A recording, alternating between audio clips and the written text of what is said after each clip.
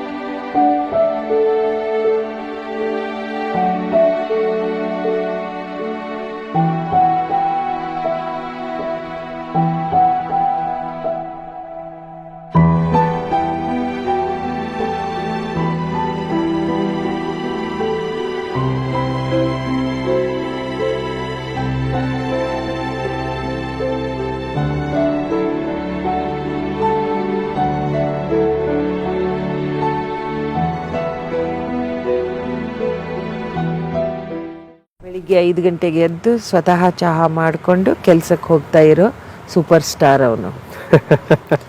ರಾತ್ರಿ 10 ಗಂಟೆಗೆ ಮನೆಗೆ 10, 1, 2 ಗಂಟೆಗೆ ಈ ಮನೆಗೆ ಬರ್ತಾ ಇದ್ರು. ಬಂದರೆ ನಾನು ಸುಸ್ತಾಗಿದ್ದೀನಿ, ಏನು ನೀವೆಲ್ಲರೂ ಖುಷಿಯಾಗಿ ಮನೇಲಿ ಕೂತಿದ್ದೀರಾ ಅಂಥದ್ದೇನಿಲ್ಲ. ಸ್ವತಃ ಊಟ ಅಡುಗೆ ಬಿಸಿ ಮಾಡಿಕೊಂಡು ಹಸಿವಿದ್ರೆ ತಿಂದ್ಕೊಂಡು ನಿದ್ದೆ ಮಾಡೋದು. ಭಾನುವಾರ ಕಬೋರ್ಡಲ್ಲಿರೋ ಬಟ್ಟೆ ಎಲ್ಲ ಚೆಕ್ ಮಾಡೋದು, ಗುಂಡಿ ಒಡೆದೋಗಿದ್ರೆ ಅದನ್ನ ಹೊಲ್ಕೊಳ್ಳೋದು, ಅವನೇ ಮಾಡೋದು. ಏನು ಬಟ್ಟೆ ಏನು, ಒಂದು 20 ಪೈಜಾಮ, ಬಿಳಿ ಪೈಜಾಮ, 20 ಬಿಳಿ ಕುರ್ತಾ. ಸ್ವಲ್ಪ ಫಾರಿನ್ ಟೂರ್ ಗೀರ್ ಹೋದ್ರೆ ಚಳಿ ಇರುತ್ತೆ ಅಂತ ಪ್ಯಾಂಟ್ ಶರ್ಟ್, ಒಂದಿಷ್ಟು ಜೀನ್ಸು, ಅಷ್ಟೇ.